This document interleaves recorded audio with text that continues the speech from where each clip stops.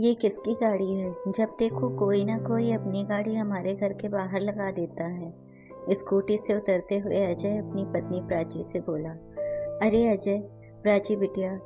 तभी पड़ोस में रहने वाले बुजुर्ग प्रभाकर जी अपने घर से बाहर आते हुए बोले, बेटी आई है। और कहते हुए मुस्कुराने लगे, बेटी? मगर इनकी तो कोई औलाद ही नहीं थी, फिर यह बेटी कहाँ से आ गई?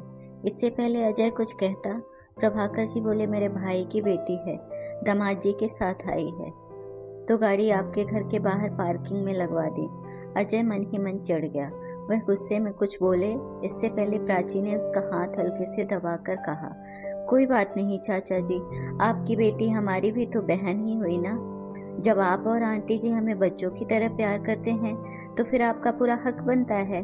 प्राची अभी मुस्कुराकर अंकल जी से बात कर ही रही थी कि अजय स्कूटी लगाकर गुस्से में अपने घर के अंदर चला गया। कुछ ही क्षणों में प्राची भी अंदर आ गई। प्राची, ये लोग समझते क्या हैं अपने आप को? पड़ोसी हैं तो क्या पड़ोसियों की तरह रहें? जब देखो बिना बुलाए रिश्ता बनाने की फिराक में रहते हैं। कभी कभी तो दिल करता है कि यहाँ गाड़ी खड़ी करें तो चारों पहियों की हवा ही निकाल दूं, सुई मार मार कर पंचर कर दूं, फिर पता चलेगा कि दूसरों की पार्किंग में गाड़ी खड़ी करने का अंजाम क्या होता है। अब की बार शीशा ही फोड़ दूंगा। अरे शांत शांत हो जाओ अजय जी, ऐसे गुस्सा नहीं करते।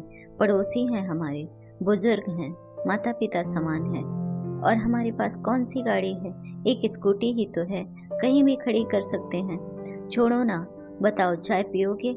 प्राची, समझ नहीं आता तुम चाहती क्या हो? बजाय मेरा पक्ष लेने के तुम हमेशा उनका ही पक्ष लेती हो। ऊपर छत पर लगे हमारे गमले में से कड़ी पत्ता तोड़ते रहते हैं। वो कड़ी स्वाद बनती है ना, इसलिए तोड़ते हैं। अरे बनती है तो खुद क्यों नहीं लगाते? कभी पोहा बनाना है उसके लिए चाहिए, बस हंसते हुए कह दो। हम पड़ोसी थोड़े ना हैं, आपसे दिल का रिश्ता है हमारा, आप पर हमारा पूरा हक है, कहकर निकल लेते हैं। बस मैं कुछ कहने की कोशिश करता हूँ तो तुम रोकती हो। हमारी छत की मुडेर है और कपड़े उनके सूखते हैं। प्राची, इतना अपनापन मुझे अच्छा नहीं लगता। अरे बाबा, गुस्सा थूक दो, कहाँ ना पड़ोसी हैं, इतना तो चलता है। और हम दो प्राणी कितना खड़ी पत्ता खा लेंगे, किसी के काम आता है तो बुराई ही क्या है। खैर छोड़ो, आपको शाम को निकलना है मुंबई के लिए। बताइए क्या क्या निकाल कर पैकिंग कर दूं? अच्छा, आप कपड़ों को सेलेक्ट कीजिए, तब तक मैं आपकी फेवरेट अदरक वाली चाय बनाकर लाती हूँ। कहते हुए प्राची मुस्कुराकर रसोई में चली गई और अजय चिढ़ते हुए अलमारी से कपड़े निकालने लगा। ऑफिस के काम से उसे 2 दिनों के लिए मुंबई जाना था। शाम को अजय एयरपोर्ट चला गया। अगले दिन मुंबई में अजय के फोन पर प्राची के नंबर से फोन आया। हेलो, हाँ प्राची। हेलो, हाँ अजय बेटा, मैं तुम्हारा पड़ोसी प्रभाकर। ये इसके पास प्राची का फोन, मतलब यह लोग मेरे घर में हैं। उफ, पता नहीं क्या बेवकूफ बना कर रखा है प्राची को। जरूर मेरे घर में धमाल चौकड़ी मचा रहे हैं। हेलो, आवाज आ रही है अजय? दूसरी ओर से आवाज आने पर अजय का ध्यान भंग हुआ। हाँ बोलिए, प्राची कहाँ है? फोन दीजिए उसे, अजय गुस्से में बोला। बेटा, हम लोग अस्पताल में हैं। प्राची बिटिया के पेट में अचानक दर्द हुआ तो। क्या अस्पताल? प्राची के दर्द? अंकल जी आप साफ साफ बताइए। अब अजय के स्वर में काफी नरमी और घबराहट थी।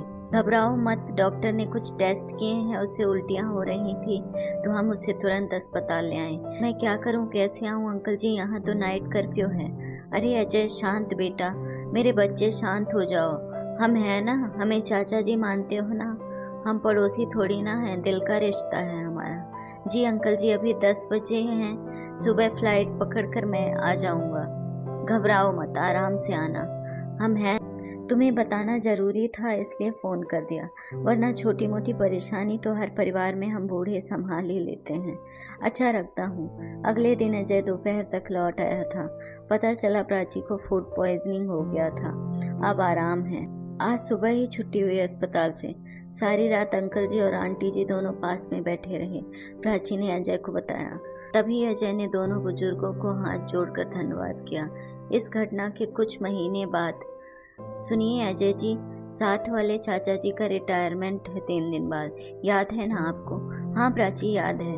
परसों शाम को पार्टी है, मैं परसों सुबह तक वापस आ जाऊंगा। आज मुझे जाना है मुंबई 2 दिनों के लिए। शाम को अजय मुंबई चला गया और 2 दिन बाद सुबह जब लौटा तो देखा अंकल जी बाहर से पानी की बाल्टियां भर कर लेते हुए लगभग दौड़ते हुए अपने घर की ओर भाग रहे थे। प्राची दरवाजे पर खड़ी थी। प्राची, ये अंकल जी, आज रिटायरमेंट की पार्टी है शाम को, आपको पता है ना? हाँ, तो मगर ये बाल्टियों को यूं, उनके घर की मोटर खराब हो गई है, मेहमानों का आना शुरू हो रहा है, तो अपने यहाँ से भरवा देती ना। अरे वाह, कल तक तो आप ही मना करते थे और आज? वैसे मैंने कहा था, मगर उन्होंने कहा जितना आपके घर से लेकर जाऊंगा उतना ही वहाँ बाहर हैंडपंप से ले आऊंगा।